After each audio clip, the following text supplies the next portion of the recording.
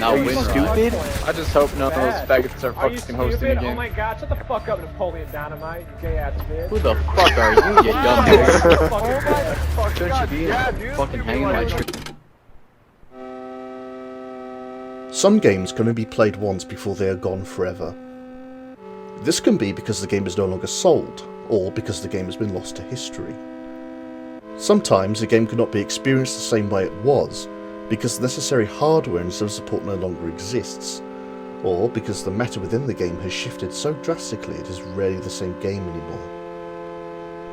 Another reason certain games can never be experienced is because the world has changed too much for it to be the same game.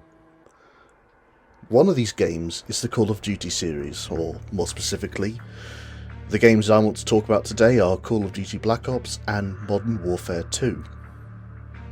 The game still exists today, and the servers are still running, and even on the most obscure consoles people still play the game. But even though you can still play this game on an old PlayStation 3, pretend you are your young self again, playing it today is not the same. This video is not about the gameplay mechanics of Call of Duty, or the story of Black Ops. This is a story about the people who played the game. Back then, the Black Ops experience transcended gaming and turned into a shared escapade that we all used to get through tough times. It was so much more than just a shooter. It was a chance for people to unleash all the stress, anxiety and fear plaguing their minds, and channel them through something relatively fun and light-hearted. Something easily accessible yet deep enough to occupy your mind. And, while you were working on getting the right weapon, dominating the map, you could release your heart. Anything and everything society told you was taboo was basically free for you to flaunt and proclaim in the infamous Call of Duty lobbies. If you needed to get anything off your chest, talk about how awful your co-workers have been, rant about the overbearing nature of your parents, the online lobbies were always there for you. There was always someone who would listen and empathise during the mindless death matches. It was, in a weird way, therapeutic. Now the Call of Duty games have grown. The amount of weapons, players and maps have expanded massively. The story it created has gone to space and back, but no matter how much the developer wants it, the game can never be the same as it was. That's because we're not the same.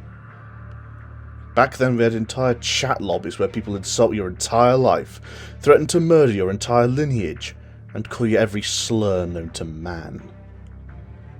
The entire culture surrounding the game was so different. No matter what you were saying, you automatically won the argument if you had a deep voice and screamed loud enough. Situations that in real life would never happen were enabled in the online lobbies. 6-year-olds would have whole-ass fights with grown men and win. It was absolutely awesome. It was one of the many outlets that American youth used as coping mechanisms in the aftermath of the 2008 recession. You could be an unabashedly grotesque pile of shit and nobody would fault you for it. There were no filters.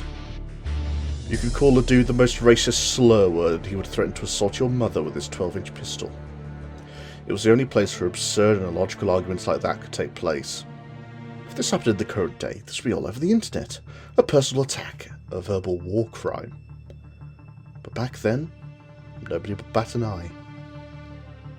Although the games have become better and people started treating each other with more sportsmanship online, part of the community still misses those times. People who start playing the game today won't understand how it feels. Just getting to scream your lungs off into the mic while shouting random ass curses after a rough day at school. Saying stupid shit, and when someone calls you stupid for it, you fire back by insulting his grandma. It's a bit of an odd thing to have nostalgia for, but it's nostalgic all the same. Call of Duty was fun because it was a product of its time. It was more than just a first-person shooter. It was a social experience that young kids used to cope while our country's economy and personal life was failing. It was a temporary reprieve from watching your parents count their paychecks, hoping they could afford utilities for the next month. That's what made it special, and that's what modern games lack. It'll never be as good as it used to be because the circumstances were what made it so goddamn special in the first place. And that's why you'll never be able to experience Call of Duty Black Ops again.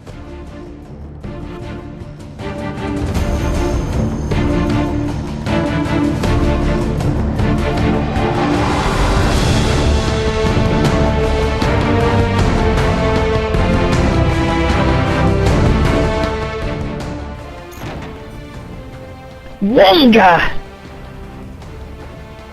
Wonga?